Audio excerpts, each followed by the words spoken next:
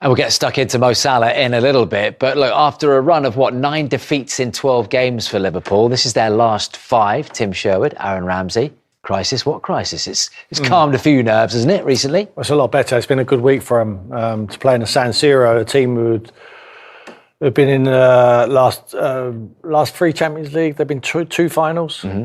So, they're no mugs. They're a very good side. And to go over there and keep a clean sheet and play the way they did, I thought it was their best performance of the season.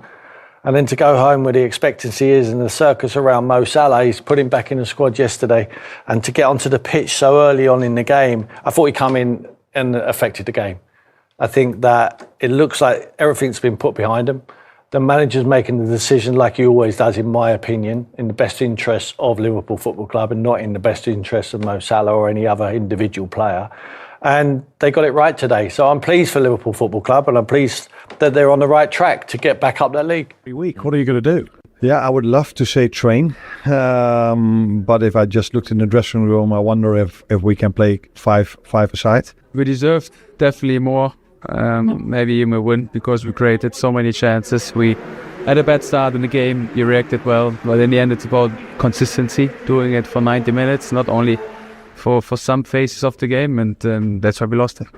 When you play for Liverpool, you just have to win games. So I had to answer, but when you see the games coming with our Liverpool, we need to win. Mo Salah, of course, the talk of the town, and we will talk more about him and the town in a couple of minutes. But Ugo Ekitike, another couple of goals, and he seems to have settled seamlessly into a Liverpool shirt, doesn't he, Aaron? Yeah, I think he's hit the ground running since he arrived, and he's such a threat. Another couple of goals here in this game, and he's definitely contributing and playing his part in the last 6 games we've seen, and then getting their season back on track. So a big player for them. That's a great finish there. That technique there too, because the ball's just sat up slightly, and then to get that technique, get over the ball and keep it down was a sensational finish. And then this one there, I bet he couldn't believe his luck that he was free in the inside the 6-yard area, and then it's a great header as well, to guide that back in, because so many times you can close your eyes on them ones and they go flying over the bar or whatever, but to keep your focus and then to finish that off was a nice header. And I think, Tim, a lot of us thought that Alexander Isak would be potentially at the top of this list already, by now, but he's certainly pulling his weight, Ugo Ekitike, when you look at those numbers. You'd have to say he's been a success, yeah. He's not been sensational, but he's been good. And it's been a difficult time for all concerned at Liverpool, certainly the playing staff and new players coming in. It's hard to settle to the Premier League's most competitive league in the world. We talk about it all the time, but it really is, Aaron, isn't it? And it's difficult for these guys coming from different countries, getting used to the climate first and foremost, but getting used to the league. And I think he's done brilliantly, I really do. And yes, you're absolutely right. We thought Isak might be the man who'll step in there because he's already rehearsed in the Premier League at Newcastle. He's sensational there. Do you think, though, Tim, that the cement is setting that for him being the 9, for him being the starting? Well, I think they need to find... Well, when you spend that sort of money, I think the manager needs to find a place for both of them in the side, and Wirtz as well, and Mo Salah, perhaps. We don't know what's going to happen after the AFCON competition. We don't know whether Mo's going to come back. I think it's still up in the air, that conversation. I really do. I don't think today they've done what they had to do for the football club, and that's all. They get paid by the football club, both the manager and Mo Salah, and they have to do what's best for the club. And I think today they did that. But what will happen when he comes back from the AFCON, I think it remains to be seen. Yeah, certainly does.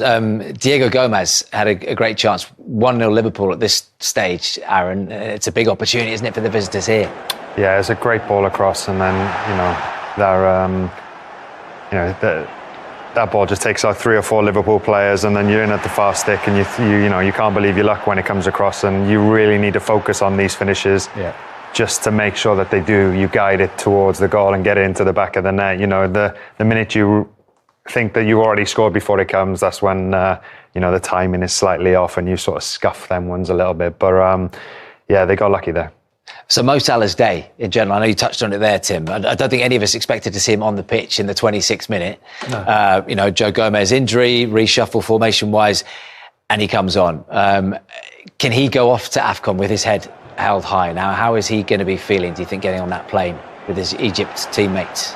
I'm not sure what's going on behind the scenes, but on face value, the manager's brought him on. It was the first change. He could have brought on Chiesa, could have brought on Isak. He didn't. He brought on Mo Salah. And I thought he performed really well. There was a couple of chances in the second half when he had 1v1s, and you normally see him go past defenders as if they're not there. He didn't do that today. He's not back to his best. There's a great assist there for Ekitike's second goal. Mo's not back to his best, but Liverpool are not back to their best at the moment. So it's going to take some time to get it and a rhythm. But now he goes away, and hopefully he comes back to the Premier League, because we want to see him in the Premier League. It's been a privilege to talk about this man in the Premier League. That was a chance there, but he got himself 70 yards. He had to run to get himself in that position. But this one, I mean, look, 1v1 with someone against who can't run. I mean, this is simple. Just deep breath and make the pass. And you know, it is poor. It looks like he was at the end of his energy there. But like I say, he's not firing on all cylinders, but he's still one of the best foreign imports we have ever seen in the Premier League. The Egyptian magician is absolutely a privilege to talk about. And look, these are the scenes, obviously, at the end there. You can read a lot into this. You know, it's a goodbye in a way, because he's going off for at least a few weeks with Egypt. Do you think we will see him in a Liverpool shirt again, Aaron? I hope so. I think obviously what's gone on, you know, he's got caught in a sort of red-headed situation there where he's gone to the press straight after. I don't think he normally does go and speak to the press, so it was one of them frustrating moments probably.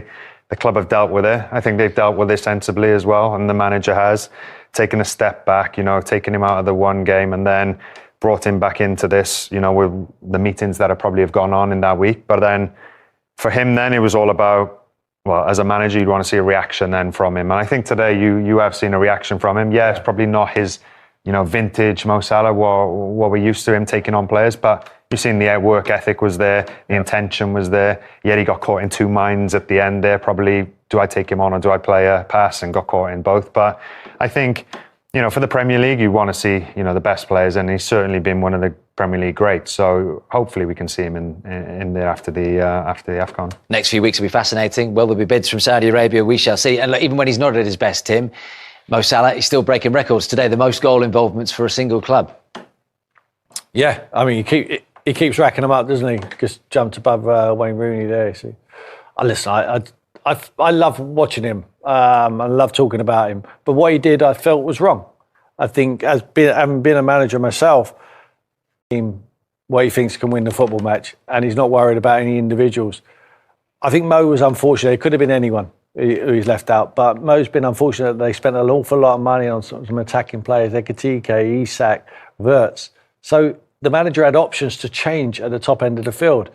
If he had the defenders to change, he would have changed the defenders. Even Virgil van Dijk, who I think is an absolute magnificent footballer, but he's not having a good time. Konate certainly would have been relieved of his duties and they would have made changes, but he never had them options. So the only reason that he's left out Mo Salah is for the best interests of the club to try and get a result and get them back on track, because at the moment, the defence of the Premier League title last season has been poor.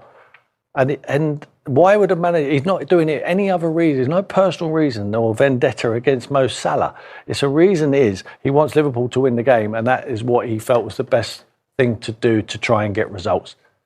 And they're on the right track at the moment, and hopefully you can see that smile back in the Premier League again. Match of the day focused on Liverpool's impressive 2-0 win over Brighton, with Mohamed Salah stealing the spotlight after a vintage performance that signaled he is well and truly back in top form. Salah's sharp movement, confidence in front of goal, and constant threat down the flank caused problems all night, earning praise from pundits as Liverpool controlled the tempo with authority. The result underlined the Reds' attacking depth and growing rhythm as they continue to build momentum. Alan Shearer was particularly impressed by the tactical tweaks, highlighting the manager's smart substitutions and in-game adjustments that kept Brighton at arm's length. He pointed out how fresh legs and positional changes helped Liverpool maintain intensity and close out the match professionally.